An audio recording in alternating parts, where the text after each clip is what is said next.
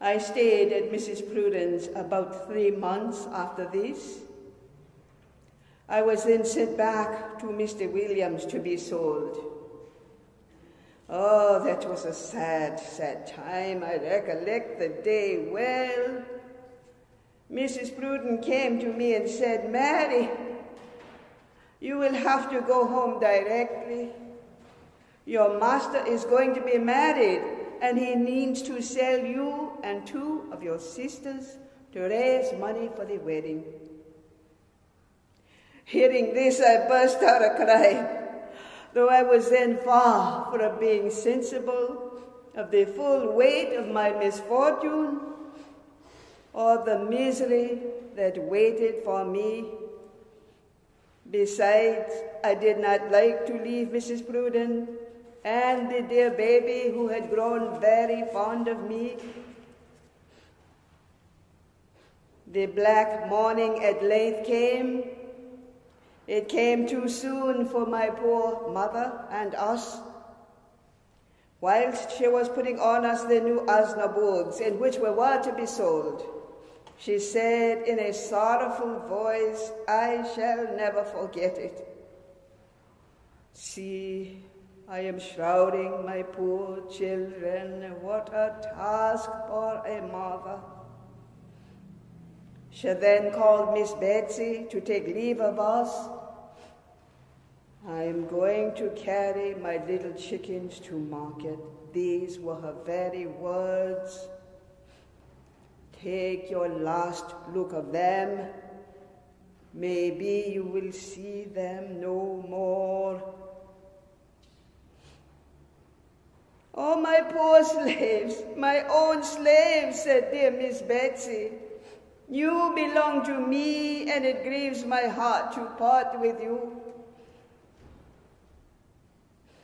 My new master was a captain who lived at Spanish Point.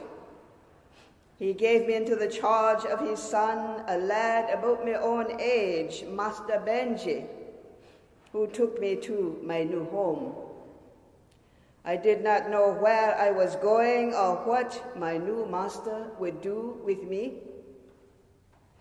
The next morning, my mistress set about instructing me in my tasks. She taught me to do all sorts of household work, to wash and bake, pick cotton and wool, and wash floors and cook. And she taught me, how can I ever forget it, more things than these. She caused me to know the exact difference between the smart of the rope, the cartwhip, and the cowskin when applied to my naked body by her own cruel hand.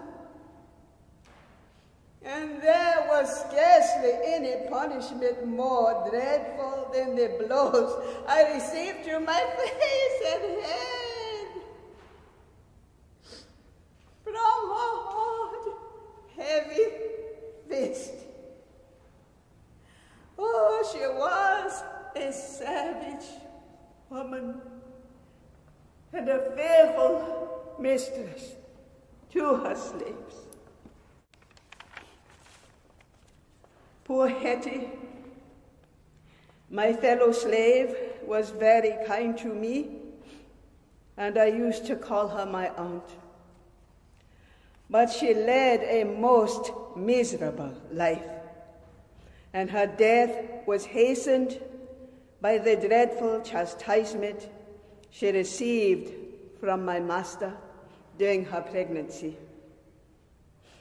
After Hetty died, all her labors fell upon me in addition to my own. I had now to milk 11 cows every morning before sunrise, sitting among the damp weeds, to take care of the cattle as well as the children, and to do the work of the house. There was no end to my toils, no end to my blows. I lay down at night and rose up in the morning in fear and sorrow, and often wished that, like poor Hetty, I could escape from this cruel bondage and be at rest in the grave. Oh, the horrors of slavery! How the thought of it pains my heart. But the truth ought to be told of it, and what my eyes have seen, I think it is my duty to relate. For few people in England know what slavery is. I have been a slave. I have felt what a slave feels, and I know what a slave knows. And I would have all the good people in England to know it too, that they may break our chains and set us free.